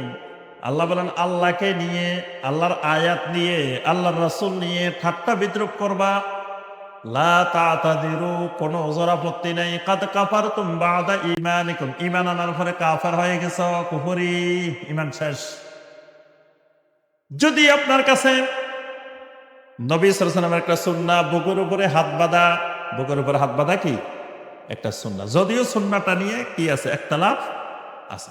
এখন একতলাফ থাকলে কোনো অসুবিধা নেই, কিন্তু আপনার এই অধিকার নাই। একজন মানুষ বুকের উপরে হাত বাঁধছে, আপনি কইলেন যে আম্মাওয়ালা নামাজ পড়ে, লেডিস মার্কা নামাজ পড়ে, এই যে হাত বাঁধাটাকে ঠাট্টা করলেন না, ঠাট্টার কারণে ইমান ভাঙিয়ে গেছে। ইমান ভাঙার জন্য জটিল কঠিন জিনিস লাগে না, এই অল্পের মধ্যে ইমান ভেঙে যাবে। কারণ আপনি ইসলামের একটা বিধান, হাত বাঁধা, বুকের উপর হাত বাঁধা হাদিসে আছে তো, সহিহ হাদিসে আছে তো, আছে না? তো আপনি একটা জিনিস হাদিসে আছে, সহিহ হাদিসে আছে, আপনি এটা নিয়ে ঠাট্টা করলে ইমান ভেঙে যাবে। কারণ আল্লাহ রাসূল সাল্লাল্লাহু আলাইহি ওয়াসাল্লাম এটা জীবনে একবার হইলেও তো করছে। যদি আপনি মনে করেন যে কন্টিনিউ করেন নাই, তো একবার হইলেও তো করছে। তো ওই জিনিসটা নিয়ে আপনি যখন ঠাট্টা করলেন, রাসূলকে আপনি ঠাট্টা করলেন, এ কারণে এটা ইমান ভেঙে যায়। পায়ের সাথে পা লাগানো, এটা নামাজের মধ্যে একটা গুরুত্বপূর্ণ সুন্নাত। এখন আপনি যদি পায়ের সাথে পা লাগানোরে যদি ঠাট্টা বিদ্রুপ করেন, রাফল ইয়াদান নিয়ে যদি ঠাট্টা বিদ্রুপ করেন, আমিন বলা নিয়ে যদি ঠাট্টা বিদ্রুপ করেন, হাসি তামাশা করেন, এটাও ইমান ভঙ্গের কারণ, এটাও ইমান ভঙ্গের। ইসলামের আল্লাহর দ্বীনের কোনো বিষয় নিয়ে আপনার ঠাট্টা বিদ্রুপ হাসি তামাশা করার অধিকার আল্লাহ পাক কাউকে দেন নাই। যদি সাহাবায়ে কেরামকে নিয়ে আপনি কোনো ঠাট্টা বিদ্রুপ করেন, কোরআন নিয়ে কোনো ঠাট্টা বিদ্রুপ করেন, নবী সাল্লাল্লাহু আলাইহি ওয়াসাল্লামের কোনো হাদিস নিয়ে যদি ঠাট্টা বিদ্রুপ করেন, ঈমান ভেঙে যাবে। ঈমান ভঙ্গের একটা গুরুত্বপূর্ণ কারণ, মান জাআলা বাইনাহু ওয়া বাইনাল্লাহি ওয়াসাইত, কেউ যদি মনে করে আল্লাহরে আমি নিজে নিজে ডাকলে মনে হয় আল্লাহরে পাওয়া যাবে না, আল্লাহর মাঝখানে আর আমার মাঝখানে একজন লোক লাগবে, আল্লাহর মাঝখানে আর আমার মাঝখানে কি একজন মধ্যস্থতাকারী লাগবে। যেমন দুনিয়াতে আপনি এলাকার কোন এমপি সাহেবের কাছে যাইবেন, তা আপনার এলাকার এমপি সাহেব এই এলাকার সব মানুষের চিনে কি? আপনার এলাকার সবারই চিনে? চিনে না। তো এখন এমপি সাহেবের কাছে কোনো কাজের জন্য যাইবেন, তো যাইতে গেলে কি করতে হয়? এলাকায় তার দলের নেতা কর্মী আছে না, তো যাদেরকে উনি চিনে ওদের একজনের নিয়ে তার কাছে যাইতে হয়। গেলে হে যাই বলে যে ভাই এই লোকটা আমাদের লোক, কাজটা করে দেন, তাহলে তাড়াতাড়ি হয়। এখন একজন যদি মনে করে আল্লাহ রাব্বুল আলামিনের কাছেও যদি আমি সরাসরি চলে যাই, আল্লাহ তো মনে হয় আমারে চিনবে না। বাঙালি মনে করে আল্লাহ ওরে চিনে না, আমি যদি সরাসরি আল্লাহর কাছে যাই তা আল্লাহ আমারে চিনবনি। আল্লাহ পাবনার মধ্যে কয়েকজনের চিনে খালি, বাস। এবার আল্লাহর কাছে যাইতে হইলে ওই কয়েকজনের মাধ্যম হয়ে যাওয়া লাগবে, সরাসরি গেলে কিছু পাওয়া যাবে না। এই বিশ্বাস, এই চিন্তাধারা ঈমান ভঙ্গের কারণ, এটা ঈমান ভঙ্গের কারণ। কেমনে ঈমান ভঙ্গের কারণ? নবী সাল্লাল্লাহু আলাইহি ওয়াসাল্লাম আরবের মুশরিকদেরকে, কাফেরদেরকে জিজ্ঞাসা করলেন, তোমাদের মাবুদ কয়জন? তারা বলল যে আমাদের মাবুদ 361 জন। মাবুদ কয়জন? কথা কয় না। মানে আরবের মুশরিকদের মাবুদ কয়জন?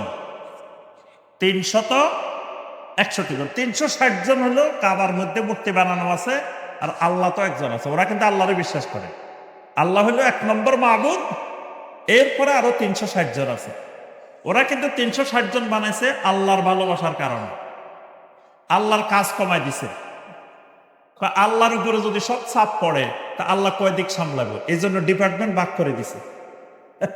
ভাগ করে 360 জনের মধ্যে আল্লাহর কাজগুলোরে ভাগ করে দিছে, যাতে আল্লাহরে কষ্ট না দেওয়া যায়। আল্লাহকে ভালোবেসে শিরিক করছে, কিন্তু তারা শিরিকটা কিন্তু আল্লাহকে অপছন্দ করে না। এখন নবী সাল্লাল্লাহু আলাইহি ওয়াসাল্লাম জিজ্ঞাসা করলেন, আচ্ছা তো তোমরা আল্লাহকে বাদ দিয়ে এই সমস্ত মাবুদ কেন বানাইছো? তখন তারা জবাব দিছে 3টা। কয়টা? 3টা জবাব দিছে। একটা জবাব শুনেন, এই 3 জবাবের সাথে ঈমান ভঙ্গের এই কারণের সম্পর্ক আছে। 1 নম্বরে জবাব দিছে সূরা জুমারের 3 নম্বর আয়াত, ওয়াল্লাযীনা ইত্তাখাযু মিন দুনিহি আউলিয়া মা না'বুদুহুম ইল্লা লিয়ুকাররিবুনা ইলাল্লাহি যুলফা।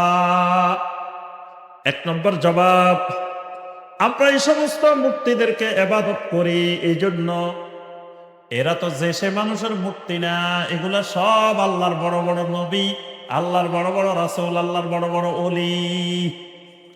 360 জন যে বানাইছি আমরা, কোন চোর, ডাকাত, খারাপ মানুষ এরকম লোকের একটা মূর্তিও আমরা বানাইনি। সবগুলা ইব্রাহিম আলাইহিস সালামের মূর্তি আছে, এর মধ্যে ইসমাইল আলাইহিস সালামের মূর্তি আছে, মরিয়ম আলাইহিস সালামের মূর্তি আছে, ঈসা আলাইহিস সালামের মূর্তি আছে, কত বড় বড় আল্লাহর ওলিদের মূর্তি বানিয়ে রাখছি। এগুলো তো যে সে লোকের মূর্তি না।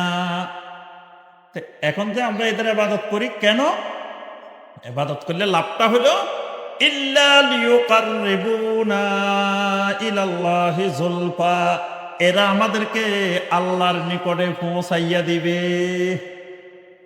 আমরা সরাসরি আল্লাহর কাছে গেলে আল্লাহর কাছে পৌঁছা যাবে না, আল্লাহর মুকাররাবিন হওয়া যাবে না। এদের মাধ্যমে গেলে সহজে আমরা আল্লাহর মুকাররাবিন হতে পারবে, কারণ এগুলো সব আল্লাহর মুকাররাবিন বান্দা। যেগুলার মুক্তি, এরা সব আল্লাহর নৈকট্য প্রাপ্ত বান্দা, এগুলো সব মুকাররাবিন বান্দা। তো সুতরাং আল্লাহকে পাইতে হলে, আল্লাহর কাছে যাইতে হলে এই মুকাররাবিন বান্দাদের মাধ্যমে না গেলে আল্লাহর পাওয়া যাবে। তা আজকেও দুনিয়াতে যদি কেউ বাংলাদেশে বলে যে আল্লাহকে পাইতে হলে, আল্লাহর মুকাররাবিন হইতে হলে, আল্লাহর নিকটবর্তী হইতে হলে এইরকম এদের মাধ্যম ছাড়া হবে না, তা আরবের ওই মুশরিকের মধ্যে এই মুশরিকের মধ্যে পার্থক্য কোথায়? এক জিনিস, দুইটাই, এটা ঈমান ভঙ্গের কারণ। 2 নম্বরে তারা বলতেছে, আরবের মুশরিকেরা 2 নম্বর জবাব কেন তারা মূর্তি পূজা করে। 2 নম্বর জবাব সূরা ইউনূসের 18 নম্বর আয়াতে কারিমা, وَيَعْبُدُونَ مِن دُونِ اللَّهِ مَا لَا يَضُرُّهُمْ وَلَا يَنفَعُهُمْ وَيَقُولُونَ هَؤُلَاءِ شُفَعَاؤُنَا عِندَ اللَّهِ। 2 নম্বর কারণ, এই সমস্ত মাবুদদের আমরা ইবাদত করি এজন্য এরা আমাদেরকে কিয়ামতের দিন আল্লাহর কাছে সুপারিশ করবে। 2 নম্বর কারণ, এরা আল্লাহর কাছে আমাদের জন্য কি করবে? এখন আল্লাহরেও বিশ্বাস করে, সুপারিশও বিশ্বাস করে মুশরিকেরা। এই কথাটা মুশরিকদের কথা। মুশরিকেরা বলতেছে এই মূর্তিগুলো যে সমস্ত ওলিয়া উলিয়ার, যে সমস্ত বুজুর্গদের মূর্তি, তাদের যদি আমরা ইবাদত করি তাহলে তারা কিয়ামতের দিন আল্লাহর কাছে আমাদের জন্য কি করব? সুপারিশ করব। অর্থাৎ তারা, আমি কবরে যাওয়ার পরে মুনকার নকির আসার আগে আমার মুর্শিদে হাজির হয়ে থাকবে। দেখবেন বাংলাদেশের অনেকে বলে, আমি কবরে যাওয়ার পরে মুনকার নকির আসার আগে আমার মুর্শিদ কেবলা হাজির হয়ে যাবে। ওই আরবের মুশরিকদের কথা, যে আমি আর উত্তর দেওয়া লাগবে না, মুনকার নকিরের উত্তর দিয়ে দিব কে? মুর্শিদ কেবলা দিয়ে দিব। তো মুর্শিদ কেবলার এই জন্য ধরছে যে মুর্শিদ কেবলা কবরে উত্তর দিয়ে দিব। আবার কিয়ামতের দিন মুর্শিদ কেবলা কি করব? জাহাজ নিয়ে বসে থাকব, লঞ্চ নিয়ে বসে থাকব, বাস নিয়ে বসে থাকব, ট্রাক নিয়ে বসে থাকব, বিভিন্ন যানবাহন নিয়ে বসে থাকব, আপনাকে ডাকি ডাকি জান্নাতে নিয়ে যাব। তাহলে ওই যে আরবের মুশরিকদের যে বিশ্বাস, ওই বিশ্বাসে আর এই বিশ্বাসে কোনো পার্থক্য আছে নাই। এটাই ঈমান ভঙ্গের কারণ। 3 নম্বর, আরবের মুশরিকেরা মূর্তি পূজা করার কারণ কি? সূরা সোয়াদের 5 নম্বর আয়াত, আজআলাল আলিহাতা ইলাহান ওয়াহিদা ইন্না হাযা লাশাইউন উজাব। কয় এরকম ধরেন নবী সাল্লাল্লাহু আলাইহি ওয়াসাল্লাম দাওয়া শুরু করছে না, শুরু করার পরে এই বিভিন্ন জায়গা জায়গায় চা দোকানে বসে, এখানে বসে, এখানে বসে, বসে বসে একজন আরেকজনের ভাই কথা একটা শুনছো নি? কয় কি কথা? কারণ মুহাম্মদ সাল্লাল্লাহু আলাইহি ওয়াসাল্লাম আমাদেরকে বলতেছে যে এই যে 360 জন মাবুদ, আমরা নাকি 360 জন বাদ দিয়ে খালি আল্লাহর ইবাদত করতাম। এটার থেকে আজব কথা, মহা আশ্চর্যজনক কথা জমিনে আর কোনোটা আছে? সবাই হাসাহাসি করে, এর থেকে আজব কথা শুনছো কোনোদিন? কারণ কি এটা আজব কথা কেন? আমরা দেখো আল্লাহর কাজ হালকা করার জন্য 360 জন বানাইছি, তাও কিন্তু আমরা শান্তিতে নাই, অশান্তিতে আছি। আমরা পরিকল্পনা করতেছি আরো কেমনে বাড়ানো যায়। আমরা চিন্তা করতেছি কি আরো মাবুদ বাড়ানো দরকার, এদেরও আরো কাজ কমানো দরকার।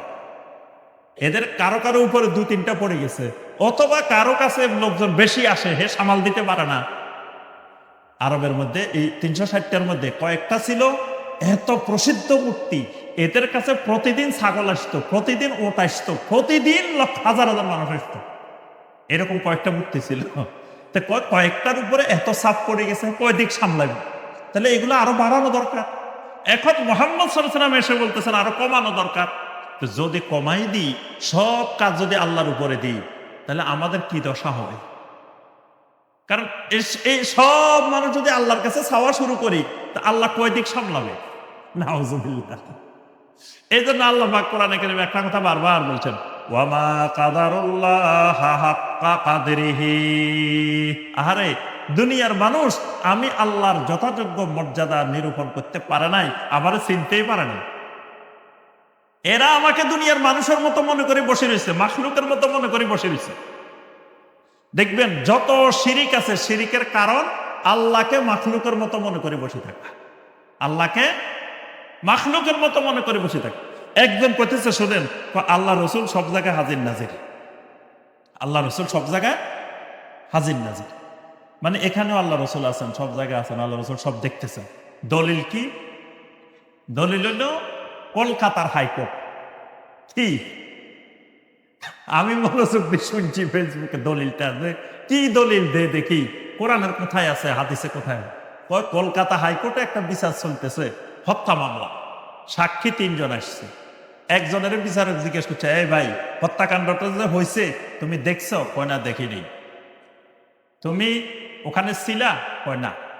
এ দেখেও নাই, ওখানে ছিলও না। তো কেন আসছো? মানুষের কাছে শুনছি। যাও, তোমার সাক্ষী হবে না, বাতিল। আচ্ছা, দ্বিতীয় জন আছে, এই তুমি কি হত্যাকাণ্ডটা দেখছো? কয় না, দেখি নাই। তো তুমি কি হত্যাকাণ্ডের ওখানে ছিলা? কয় হ্যাঁ ছিলাম, তবে দেখি নাই। কয় না, তোমার কাজও হবে না, যাও। আরেকজন আসছে, কয় তুমি কি দেখছো? কয় হ্যাঁ, আমি সহচক্ষে দেখছি। ওখানে ছিলাম। কয় দেখেন, এই যে 3 জন সাক্ষী আসছে কলকাতা হাইকোর্টে, 2 জনের সাক্ষী বাতিল। যিনি ওখানে হাজির ছিল, যিনি সব সরাসরি দেখছেন, তার সাক্ষী গ্রহণযোগ্য হয়েছে। তো আল্লাহ রসুল সাল্লাল্লাহু আলাইহি ওয়াসাল্লাম কিয়ামতের দিন সাক্ষী দিবেন আমাদের জন্য। আল্লাহ রসুল যদি এখানে হাজির না থাকেন, সরাসরি না দেখেন, তো কেমনে সাক্ষী দিবেন? দেখেন দলিলটা দেখেন। তাহলে এই যে শিরিকের কারণটা কি? আল্লাহর কোর্টের কলকাতা হাইকোর্টের সাথে তুলনা করে ফেলছে। হে মনে করছে কিয়ামতের দিন আল্লাহর যে আদালত বসবো, এটা মনে হয় কলকাতার হাইকোর্টের মতো আদালত। এইরকম যত শিরিক আছে, সমস্ত শিরিকের মূল কারণ আল্লাহ রাব্বুল আলামিনকে যখন বান্দা মাখলুকের উপরে কিয়াস করে, মাখলুকের মতো মনে করে বসে থাকে, তখনই শিরিক হয়। তো এখন দুনিয়াতে না আপনার এমপি সাহেবের কাছে যাইতে লোক লাগে, কিন্তু আল্লাহর কাছে যাইতে তো মাঝখান দিয়ে কেউ লাগে না। আল্লাহরে যখন ডাক দিবেন, আল্লাহ সরাসরি জবাব দেন। সূরা গাফিরের 60 নম্বর আয়াত, ওয়া ক্বালা রাব্বুকুম উদউনি আস্তাজিব লাকুম। আল্লাহ বলেন, বান্দারে যখন তুমি আমারে ডাক দাও, উদউনি, বান্দা যখন তুমি আল্লাহ বলে ডাক দাও, আস্তাজিব লাকুম, সাথে সাথে আমি আল্লাহ ডাক সাড়া দিই। তুমি রাতের 1টা বাজে ডাক দাও, 2টা বাজে ডাক দাও, 3টা বাজে ডাক দাও, লা তাখুযুহু সিনাতুন ওয়ালা নাওম, আমি আল্লাহ তো ঘুমাই না, ঘুমাইতো না, আমি আল্লাহর তন্দ্রাও নাই। তুমি এটা চিন্তা করিও না রাতের 3টা বাজে এখন আল্লাহরে ডিস্টার্ব করা যাবে না, এই চিন্তাও তোমার নাই, কারণ আল্লাহ তো ঘুম নাই, আল্লাহর ঘুমও নাই, তন্দ্রাও নাই। তাহলে তুমি কখন ডাক দিতে চাও? রাতে 3টা না 4টা না 2টা, যখনই ডাক দিবা আল্লাহ বলে, আমি আল্লাহর সাথে সাথে ছাড়া, কারো মাধ্যম লাগে না। তুমি শুধু আমার উদউনি আস্তাজিব লাক, তুমি ডাক দিলেই আমি সাড়া। সুবহানাল্লাহ। আবার এই কথা মনে করিও না, আরে আল্লাহ তো কত দূরে, এত দূরে শুনবো কেমনে রে? হ্যাঁ, এখান থেকে আরশের উপর আল্লাহ শুনবো কেমনে? খাওলা বিনতে সালাবা রাদিয়াল্লাহু তাআলা আনহা নবী সাল্লাল্লাহু আলাইহি ওয়াসাল্লামের কাছে এসে তার স্বামীর জিহারের ব্যাপারে বারবার অভিযোগ করতেছিলেন, ইয়া রাসূলুল্লাহ সাল্লাল্লাহু আলাইহি ওয়াসাল্লাম, আমার স্বামী জিহার করছে, আমার স্বামী বৃদ্ধ মানুষ, উনি যদি এখন চলে যান অনেক কষ্ট পাবে। ইয়া রাসূলুল্লাহ সাল্লাল্লাহু আলাইহি ওয়াসাল্লাম, আপনি এ ব্যাপারে ফয়সালা দেন, আপনি এ ব্যাপারে ফয়সালা দেন। একজন নারী, একজন মহিলা খাওলা বিনতে সালাবা নবী সাল্লাল্লাহু আলাইহি ওয়াসাল্লামের কাছে বারবার এটা অভিযোগ করতেছে। আল্লাহ রাব্বুল আলামিন সাথে সাথে আরশে আজিম থেকে জবাব দিয়ে দিয়েছেন, কাদ সামিআল্লাহু কাওলাল্লাতী তুজাদিলুকা ফি যাওজিহা ওয়া তাশতাকি ইলাল্লাহ। আল্লাহ রাব্বুল আলামিন জবাব দিয়ে দিলেন, কাদ সামিআল্লাহ, আমি আল্লাহ শুনছি, আমি আল্লাহ শুনছি। কাওলাল্লাতী তুজাদিলুকা ফি যাওজিহা, যেই মহিলাটা আপনার কাছে এসে তার স্বামীর ব্যাপারে অভিযোগ দিচ্ছে, বারবার আপনাকে পিড়াপিড়ি করতেছে, বাদানুবাদ করতেছে, এই মহিলাটার কথা আমি আল্লাহ সরাসরি শুনে গেছি। সুবহানাল্লাহ। মহিলা কথা কইছে জমিনে। আম্মা জানা আয়েশা বলেন, ওই মহিলা যে ঘরের মধ্যে কথা বলছে, পর্দার এই পাশে ছিলাম আমি, এই পাশে মহিলা কথা বলছে, আমি ওই মহিলার কথা পর্দার এই পাশ থেকেও শুনি নাই, কিন্তু আল্লাহ রাব্বুল আলামিন আরশে আজিম থেকে মহিলার কথা শুনছেন। সুবহানাল্লাহ। এজন্য এই কথা চিন্তা করার কোনো কারণ নাই। আহারে, এত হাজার হাজার কোটি কোটি মাইল দূরের থেকে আমার আল্লাহ কেন শুনবেন? ওয়া ইযা সাআলাকা ইবাদি আন্নী ফা ইন্নী কারীব। আল্লাহ বলেন, বান্দারা যদি আমার সম্পর্কে জিজ্ঞাসা করে, আপনি বলে দেন, আমি আল্লাহর এলেম, আমি আল্লাহর ক্ষমতা, আমি আল্লাহর শ্রবণ, আমি আল্লাহর দৃষ্টি একেবারে নিকটে, বান্দার একেবারে কাছে। সুবহানাল্লাহ। আপনি মনে মনেও যদি আল্লাহর ডাক দেন, আল্লাহ সাথে সাথে শুনে ফেলেন। তাহলে আল্লাহ রাব্বুল আলামিনকে ডাকার জন্য কারো মাধ্যম ধরার প্রয়োজন। কিয়ামতের ময়দানে শাফাআতের জন্য কারো মাধ্যম ধরা দরকার নাই।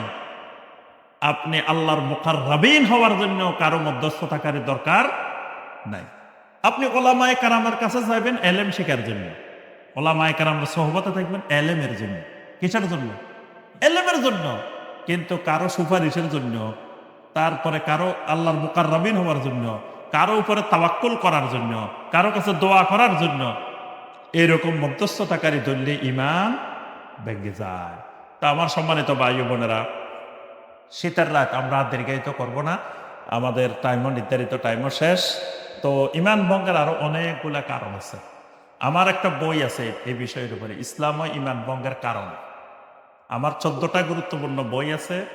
এই সবগুলা বইয়ের মধ্যে ঈমানের বিষয়ে আলোচনা আছে। আমি সবসময় আমলের চাইতে ঈমানকে প্রাধান্য দিই। বাঙালির আমলে সমস্যা নাই, বাঙালির ঈমানের সমস্যা। বাঙালির রূপটা হলে ঈমান। আমার ওস্তাদ ডক্টর আব্দুল্লাহ জাহাঙ্গীর রাহমাহুল্লাহ, উনি প্রথম কিতাব লিখছেন বাংলা ভাষায়, ইসলামী আকীদা। তা আমি জিজ্ঞাসা করছিলাম যে, ওস্তাদ, যে আমলের বই না লিখি ইসলামী আকীদা বই লিখছেন কেন?